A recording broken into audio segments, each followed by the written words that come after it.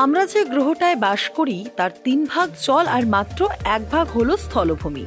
স্থলভূমিতেই মানুষের বসবাস বলে জলের দুনিয়াটা আমাদের অনেকের কাছেই অজানা। 2 ভাগ হাইড্রোজেন আর 1 ভাগ অক্সিজেনের রাসায়নিক মিশ্রণে সৃষ্টি হওয়া তরল জল ছাড়া পৃথিবীর বুকে প্রাণের স্পন্দন সম্ভব ছিল না। এটা তো সবারই জানা কথা। জলের দুনিয়াটা আবার 2 রকমের। জলের ওপরের জীবন একরকম আর জলের তলার জীবন আবার অন্য রকমের। নদী বা সমুদ্রের জলের তলায় যেমন ঘুরে ফিরে বেড়ায় নানা ধরনের ছোট বড় মাছ ও অন্যান্য প্রাণী, জন্মায় নানা ধরনের উদ্ভিদ, ঠিক তেমনই চলাফেরা করে মানুষের তৈরি ডুবোজাহাজ, যাকে সাবমেরিন বলে চেনে গোটা দুনিয়া। যুদ্ধের সময় তো বটেই, শান্তির সময়ও সাবমেরিনের চরকি পা জলের তলায় থামে না। তবে জলজগতের অতিকায় প্রাণী তিমির মতোই ডুবোজাহাজ বা সাবমেরিনও মাঝে মাঝে হুশ করে ভেসে ওঠে জলের ওপরে, কিছুক্ষণ বিশ্রাম নিয়ে আবার ডুবে যায় জলের অতলে। জলের ওপরে ছোট নৌকো থেকে শুরু করে মাঝারি বা বড় চেহারার বজরা, জাহাজ, লঞ্চ, স্টিমার কিংবা আরও নানা ধরনের জলযান চলছে কয়েক হাজার বছর ধরে। মানুষের সভ্যতার ইতিহাসে জলপথে যাতায়াত কিংবা বাণিজ্যের বিষয়টা একটা গুরুত্বপূর্ণ জায়গা দখল করে আছে। নদী বা সমুদ্র পথে জলযানের যাত্রী হয়ে ঘুরে বেড়িয়ে সাহসী ও কৌতূহলী পর্যটকেরা একটা সময়ে আবিষ্কার করতে পেরেছিল নতুন নতুন দেশ, যা বদলে দিয়েছিল তখনকার পুরনো সেই পৃথিবীর মানুষজনের অনেক ধ্যান ধারণাকেই। সেই তুলনায় ডুবোজাহাজ বা সাবমেরিন একেবারেই আধুনিক পৃথিবীর জলযান। ঠিকঠাক বলতে গেলে 1914 সালের প্রথম বিশ্বযুদ্ধের সময় থেকেই সাবমেরিনের রমরমা শুরু।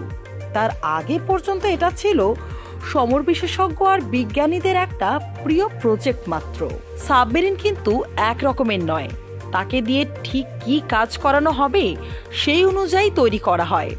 সাবমেরিনের বাইরের চেহারা আর ভেতরের সমস্ত সিস্টেমই। যুদ্ধের প্রয়োজনে যেসব সাবমেরিন তৈরি করা হয় তাদের কাজ থাকে মূলত জলের নিচে লুকিয়ে থেকে সুযোগ বুঝে জলের ওপরে থাকা শত্রুপক্ষের যুদ্ধজাহাজ বা পণ্যবাহী জাহাজে টর্পেডো ছুঁড়ে আঘাত হেনে তাকে ডুবিয়ে দেওয়া। বিশেষ করে বিপক্ষের বিমানবাহী জাহাজ অর্থাৎ এয়ারক্রাফট ক্যারিয়ার ডুবিয়ে দিতে পারলে সেটা একটা বড় সাফল্য বলেই গণ্য করা হয়। আবার এর পাশাপাশি বিভিন্ন দেশে জলসীমা পাহারা দেওয়ার কাজেও সাবমেরিনকে অনেক সময় লাগানো হয়, বিশেষ করে সেই সব দেশে যাদের জলসীমানা অনেকখানি এলাকা নিয়ে রয়েছে। বিভিন্ন মহাদেশে ছড়িয়ে থাকা সমুদ্রের নিচের প্রাণী ও উদ্ভিদ জগতের হালচাল জানতে তাদের নিয়ে গবেষণার কাজেও আজকাল ব্যবহার করা হচ্ছে বিশেষ ধরনের ছোট আকারের সাবমেরিন।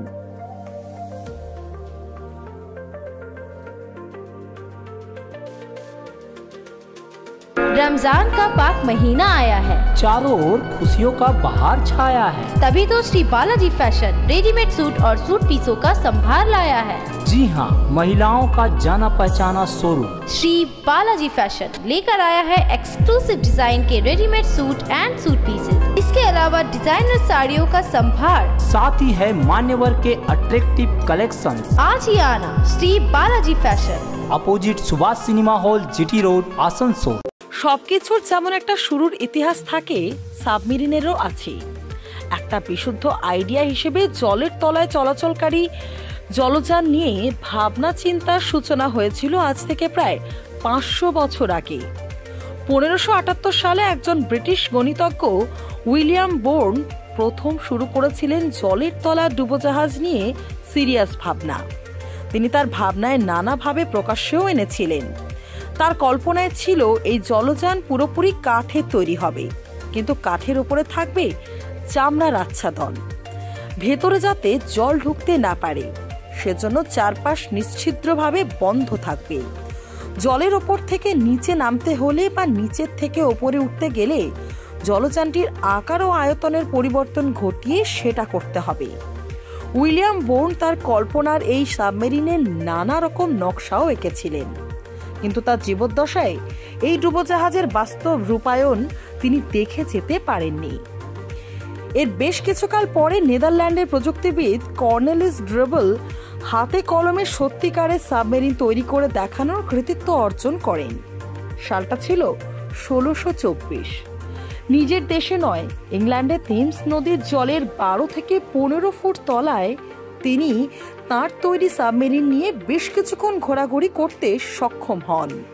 যে কোনো জিনিসই একবার শুরু হয়ে গেলে আর তার সঙ্গে বিভিন্ন ক্ষেত্রে অনেক মানুষ যুক্ত হয়ে পড়লে চট করে আর তার গতিরুদ্ধ করা যায় না। এক্ষেত্রে অর্থাৎ সাবমেরিনের ক্ষেত্রেও এই সাধারণ নিয়মের কোনো ব্যতিক্রম ঘটেনি। একেই তো জলের তলা জলযান নিয়ে সাধারণ মানুষ থেকে শুরু করে বিভিন্ন দেশের জ্ঞানী গুণীজনদের উৎসাহের কোনো শেষ ছিল না। তার উপরে এই প্রজেক্টের টাকা পয়সা ঢালতে বিভিন্ন দেশের শাসক বা ধনী ব্যক্তিদেরও ছিল না তেমন আপত্তি। কাজেই দেশে দেশে গড় গড় করে এগিয়ে চলতে থাকলো নতুন নতুন নকশায় সাবমেরিন তৈরির বিভিন্ন প্রকল্পের কাজ। ডুবোজাহাজের ইতিহাসে যোগ হতে থাকলো নতুন নতুন পৃষ্ঠা। সেই ইতিহাস বলছে জলযুদ্ধে প্রথমবার সাবমেরিন ব্যবহার করা হয় 1775 থেকে 1783 পর্যন্ত চলা আমেরিকার স্বাধীনতা যুদ্ধে। সেই সাবমেরিনের নাম ছিল দি টর্টল। মাত্র একজন সৈনিক সেই সাবমেরিনের ভেতরে থাকতে পারতেন, যদিও সে যুদ্ধে এই সাবমেরিন বিশেষ কিছু করে দেখাতে পারেনি। এরপর নানা পথ পেরিয়ে অনেক রকম পরীক্ষা নিরীক্ষার ধকল সহ্য করে পুরনো যুগের ডুবোজাহাজ এসে পৌঁছেছে তার আজকের আধুনিকতম চেহারায়। আজকের দিনে সামুদ্রিক জলযুদ্ধে ছোট বড় যে কোনো দেশের নৌবাহিনী তার সামর্থ্য অনুযায়ী সংখ্যায় কম হোক বা বেশি সাবমেরিনকে কাজে লাগাবেই। সাবমেরিনের সাহায্য ছাড়া আজকের দিনে কোনো জলযুদ্ধেও প্রভাব বিস্তার করা কঠিন ব্যাপার। প্রথম বিশ্বযুদ্ধের সময় এই ব্যাপারটা একেবারে জলের মতোই স্পষ্ট হয়ে গিয়েছিল। দ্বিতীয় বিশ্বযুদ্ধে সাবমেরিনের রমরমা আরও বাড়ে। আর এখন তো পারমাণবিক শক্তির সাহায্যে চালিত বিভিন্ন দেশের সাবমেরিন ঘুরে বেড়াচ্ছে সাগর মহাসাগরের জলের তলায়। সাবমেরিন থেকে দূরপাল্লার ক্ষেপণাস্ত্র ছুড়ে কয়েকশো কিলোমিটার বা এমনকি কয়েক হাজার কিলোমিটার দূরের দেশের লক্ষ্যবস্তুতে আঘাত হানার প্রস্তুতিও এখন বিভিন্ন দেশের নৌসেনার হাতের মুঠোয়। আমেরিকা, রাশিয়া, চীন, Germany, Britain, France, Bharat, Pakistan অর্থাৎ আজকে পৃথিবীতে যেসব দেশের নৌবাহিনী অত্যন্ত শক্তিশালী বলে ধরা হয় তাদের সবার কাছেই আছে নানা ধরনের সাবমেরিন। আবার এই দেশগুলোর মতোই এতটা শক্তিশালী নৌবাহিনী নেই এমন কিছু দেশের কাছেও আছে জলযুদ্ধে ব্যবহারের উপযোগী সাবমেরিন। এক্ষেত্রে জাপান আর উত্তর কোরিয়ার নাম তো করতেই হবে। বিশেষ করে উত্তর কোরিয়ায় ইদানিং সামরিক ক্ষেত্রে আগের চেয়ে অনেক বেশি স্বনির্ভর হয়ে ওঠার চেষ্টা শুরু করেছে। একই কথায় বলা যেতে পারে এশিয়ার আরও এক দেশ ইরান সম্পর্কেও। সাবমেরিনের এই গল্পটা শেষ করা যাক পর্যটনের ক্ষেত্রে গত 2 দশকে সাবমেরিনের যে ব্যাপক ব্যবহার শুরু হয়েছে সেই প্রসঙ্গ নিয়ে। নানা দেশে বহু সরকারি কিংবা বেসরকারি সংস্থা দেশ বিদেশের পর্যটকদের নিয়ে নেমে পড়ছে সমুদ্রের জলের তলা জগৎটা দেখিয়ে আনার জন্য। বিশেষ করে অস্ট্রেলিয়া, ইন্দোনেশিয়া, মালদ্বীপ এমনকি ভারতের লক্ষদ্বীপেও শুরু হয়ে গেছে এই সামুদ্রিক পর্যটন। সমুদ্রের জলের তলার রঙিন কোরাল জগৎ নিজের চোখে দেখা একটা চিরস্মরণীয় অভিজ্ঞতা তো বটেই যে কোনো মানুষের পক্ষে, হোক না সেই দেখা সাবমেরিনের ভেতর থেকেই।